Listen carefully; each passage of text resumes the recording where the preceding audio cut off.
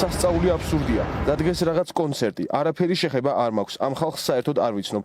მძიმე ბრალდებების შემდეგ გიორგი კანდელაკი დღეს სასამართლოს ხდომაზე პირველად გამოჩნდა. ოცნებასთან დაახლოებულმა ბიზნესმენმა სიტყვის უფლებით ისარგებლა და ყოველგვარი კავშირი ფალსიფიცირებული სასმლისა და სიგარეტის წარმოება რეალიზაციის შესახებ უარყო. საერთოდ რაზე ვარ ვერ ხვდები.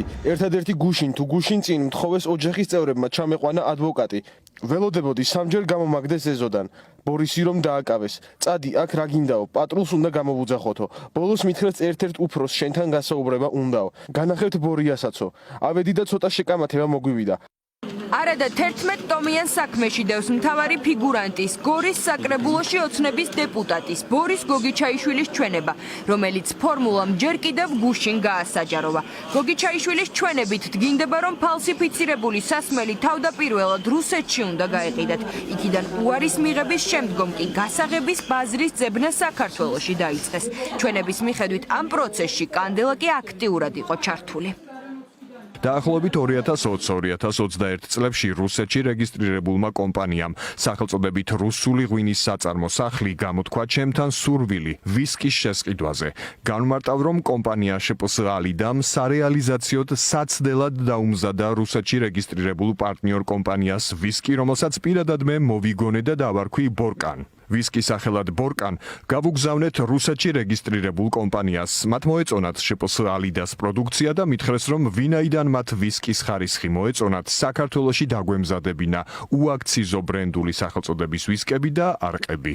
მათი რეალიზაცია რუსეთში ვერ შევძელი, რის გამოც დავიწყე კლიენტის მოძიება საქართველოში. მთელი ამ პროცესის იმ ფაქტის, რომ შპს-ალიდას ქარხანაში დამზადებული ჩამოსხმული ჰქონდა სხვადასხვა ბრენდული დასახელების ალკოჰოლური სასმელი, საქმის კურსში იყო ჩემპიონი გიორგი კანდელაკი, რომელიც ასევე სრულად ჩაერთო ჩამოსხმული ალკოჰოლური ბრენდული სასმელის რეალიზაციის პროცესში.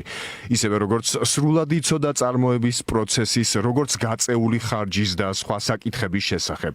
როგორც მე, ასევე გიორგი კანდელაკი მასიურად ვეძებდით პირებს, ვინც გამოთქვამდნენ სურვილს მათ შეძენაში, რადგან გიორგი კანდელაკიც აღნიშნულში რა თქმა უნდა მოგებას ნახავდა. ოდენობა დამოკიდებული იყო გაყიდული უაქციზო ალკოჰოლური სასმელის რაოდენობაზე. ჩემპიონის ადვოკატის თქმით, სწორედ ეს ჩვენება გახდა კანდელაკის მიმართ სისხლის სამართლებრივი დევნის დაწყების საფუძველი.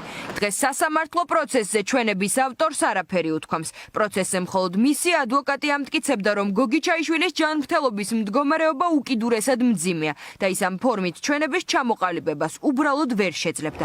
მიუხედავად უფლებადამცველების პოზიციისა, საქმეში დევს გოგიჩაიშვილისა და კანდელაკის საქმიანი დიალოგი, რომელიც სწორედ ფალსიფიცირებული ალკოჰოლის წარმოებას, მის გასაყიდ ფასსა და რაოდენობას ეხება. ერთ-ერთი, ასე ვთქვათ, ავადმყოფი ადამიანის ჩვენება, რომელიც მიიყვანეს ფაქტიურად საკმაოდ ადვოკატის მოსახურების გარეშე და ასე ვთქვათ, საგამოძიებო ორგანოში, რომელიც ითხოვდა ადვოკატის მოსახურებას. ერთადერთი მისი ჩვენება გახდა გიორგი კანდელაკის დაკავებისა და მის მიმართ სამართლებრივი დევნის დაწყების საფუძველი. ბორის გოგიჩაიშვილი მხრიდან თუნდაც SMS-ები თუ სურათები, რომელიც გადაგზავნილია, ეს არ ნიშნავს, რომ იგი რამეს უთანხმდებდა. უაქციზო ალკოჰოლისა და სიგარეტის წარმოება რეალიზაციის ფაქტზე დაკავებულ 7-ვე პირს, მათ შორის გოგიჩაიშვილსა და კანდელაკს დღეს პატიმრობა შეეფარდათ. გადაწყვეტილება მოსამართლე თეონა ეპიტაშვილმა მიიღო. ბრალდებულთა ადვოკატების მხრიდან სოლიდური გირაოს სანაცვლოდ გათავისუფლების შუამდგომობას მოსამართლე არ დაეთანხმა და სრულად დააკმაყოფილა სახელმწიფო ბრალმდებლის მოთხოვნა მათთვის პატიმრობის შეფარდების თაობაზე.